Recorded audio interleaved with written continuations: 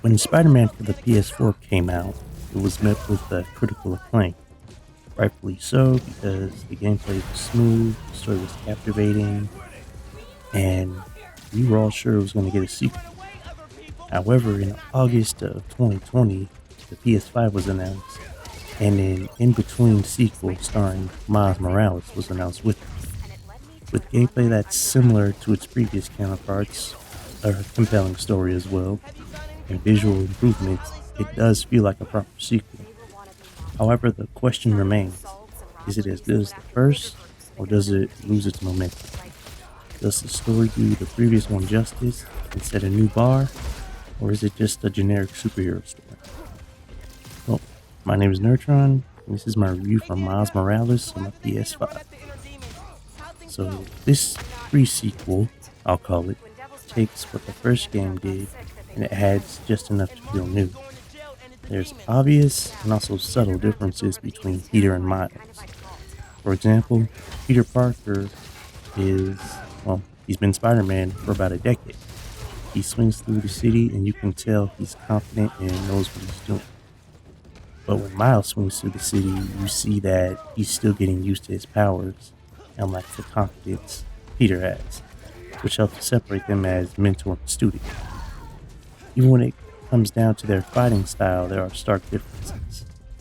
Peter has years of experience, so his fighting style is more refined, and he works with a multitude of gadgets to help him defeat enemies, while Miles is just starting out and has a little awkward style, but that doesn't mean his style is boring.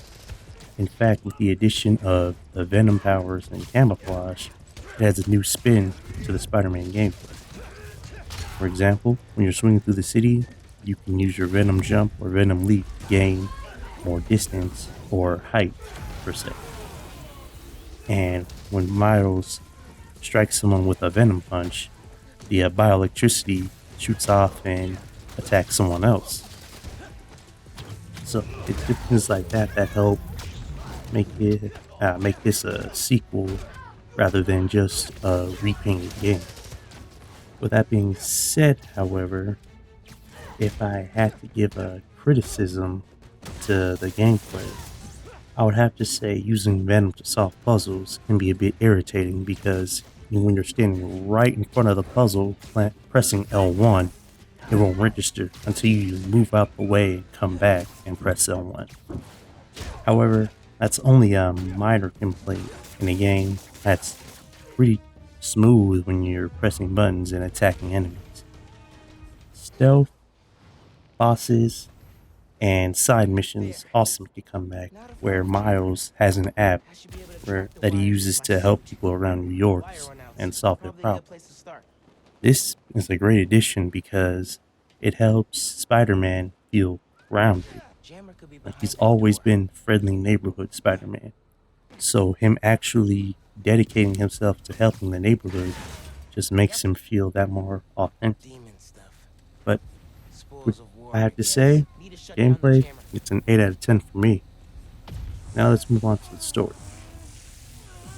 And with this, I'm going to have to say, I want to do a separate video for the story of this game. But I will say, Insomniac knows how to craft a well-written narrative. Miles is a great character in this game, and the writers know how to use him to the fullest. There are twists and turns, emotional beats that hit hard, and growth for him as a person and as a hero. And when it comes to the villains, you understand where they're coming from. They're not, I want to take over the world. They're, I don't want to see anyone in my family get hurt, or I want revenge for someone who hurt my family. And I have to say, a big company as a villain is kind of telling right now, considering the times we're living in. But like I said, I'll save all that for my actual story analysis. If I had to give any criticism of the story, it's just that it felt short. Like I wanted more from Miles and the Tinkerer. But either way, the story's amazing, and it does do the previous game's story justice. And now on to the visuals and presentation. Visually, this game is stunning. The PS5 running this in 4K had me dropping my jaw at times. From Miles using his venom powers to the underground and their programmable matter, the heroes and villains of the story look quite amazing. I have to say, I fully recommend playing this game in 4K just to experience everything it has to offer. There's a section in this game where a winter storm is coming and you're swimming through the city, and like the developers with the extra mile with this by adding all the little particles to make it seem like there was an actual snow and that Miles was freezing his butt off. And while the presentation is amazing, I have to say there are some flaws. For example, there was a mission where I was stopping a speeding car and more villains approached from a truck. One of the villains got clipped inside the truck, and I kind of had to wait till he clipped out to actually defeat him and complete the mission.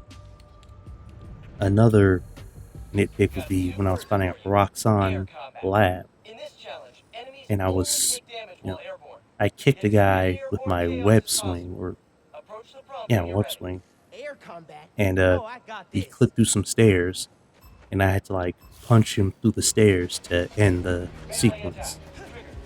And while those are minor nitpicks, I still feel they're worth mentioning since this is a game review and I want to be as objective as possible. So if things such as clipping enemies turn you off, then I'd say it doesn't happen too often, but when it happens, you notice, you know? Now for the music in this game. I have to say the music in this game is quite good. There's definitely a hip-hop theme to it, but it's subtle and makes an impression when you hear it. The montage song where Miles is making his new suit is inspirational and fits the themes of the story of being yourself, even in times of crisis. The ending theme after Miles has defeated Roxxon gives you hope for the future of his character and for his community. Yeah, I have to say Insomniac knows how to direct the game. Cannot wait to see what they do next. But lastly, I have to give you my personal thoughts and a summary. Miles Morales is definitely a tie-in game between the first Spider-Man game and its sequel. It was made to show off the PS5, for being completely honest. And while it's a shorter experience than its previous counterparts, I can boldly say it's a great experience. The story's amazing, gameplay is fluid, visuals are stunning, and the music is phenomenal. It had me feeling for Miles from beginning to end, and wanted more of the story immediately. And with that being said, as of September 9th, the recording of this video, the actual sequel has been announced, with Spider-Man villains Kraven the Hunter and Venom starring as the main two. I mean, when I said I wish I could get the next adventure immediately, I didn't think it would happen so soon. But I guess what they say is true. Ask and you shall receive. However, those are just my thoughts. What do you think? Tell me in the comment section below.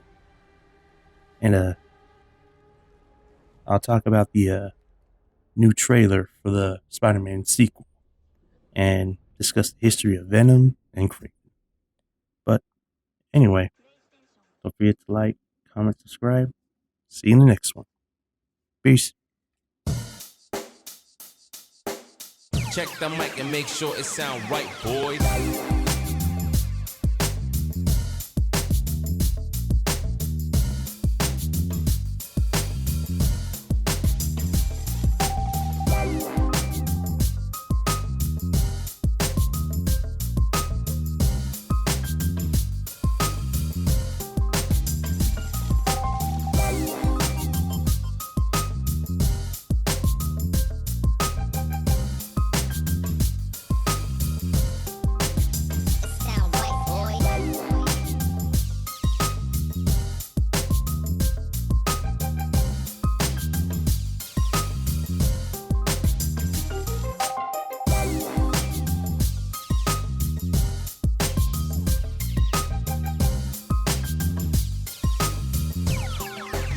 it sound right, boys.